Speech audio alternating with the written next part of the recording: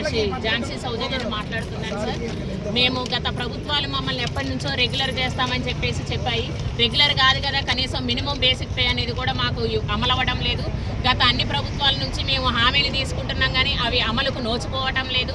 గత ప్రభుత్వంలో కూడా 10 సంవత్సరాలు మేము అలాగే మోసపోయి ఉన్నాము. కాబట్టే మేము నెక్స్ట్ బిఫోర్ ఎలక్షన్స్ ముందు సమ్మె చేయటం జరిగింది సార్. అప్పుడు మన ప్రియతం ఇప్పుడు ప్రజెంట్ ఉన్నటువంటి రేవంత్ రెడ్డి గారు, మన ముఖ్యమంత్రి గారు, అప్పుడు పిసిసి చీఫ్గా ఉన్నప్పుడు వచ్చినటువంటి 100 రోజుల్లోనే మీ సమస్యలు సాల్వ్ చేస్తాము, మీ లీడర్ని సచివాలయానికి పిలిచి మాట్లాడతాము, గవర్నమెంట్ తలుసుకుంటే మీ సమస్యని సాల్వ్ చేయటం టీ తాగొచ్చినంతటువంటి సులువు అని చెప్పారు సార్. కానీ గవర్నమెంట్ వచ్చి ఇప్పటికీ సంవత్సరం గడుస్తున్నా కానీ మా సమస్యల మీద ఎటువంటి స్పందన అనేది లేదు. అందుకోసమే మేము వివిధ రకాల్లో మా నిరసనలు అనేవి మేము తెలియజేస్తూ వస్తున్నాము.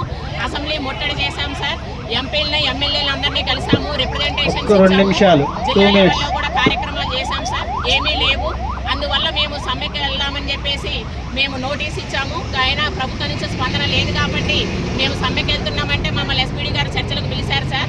ఆ చర్చలు అనేవి విఫలమైనవి. బేసిక్ పే గురించి ఎటువంటి ఖచ్చితమైనటువంటి హామీ మాకు లభించలేదు కాబట్టి ప్రభుత్వం నుంచి మేము నిన్నటి నుంచి సమ్మెలోకి వెళ్ళాం సార్. సమగ్ర శిక్ష కుటుంబ సభ్యులు మా ప్రధానమైనటువంటి డిమాండ్ ముఖ్యమంత్రి గారు ఇచ్చినటువంటి హామీ ఏదైతే ఉందో సమగ్ర శిక్ష ఉద్యోగులను విద్యాశాఖలో విలీనం చేసి రెగ్యులర్ చేయాలని, అది ఎమ్మటే నెరవేరినటువంటి పక్షంలో తక్షణమే మినిమం బేసిక్ పే అమలు చేయాలని చెప్పి సమగ్ర శిక్ష ఉద్యోగుల సంఘం తరపున రాష్ట్ర ప్రధాన కార్యదర్శిగా ప్రభుత్వాన్ని డిమాండ్ చేస్తున్నాను సార్.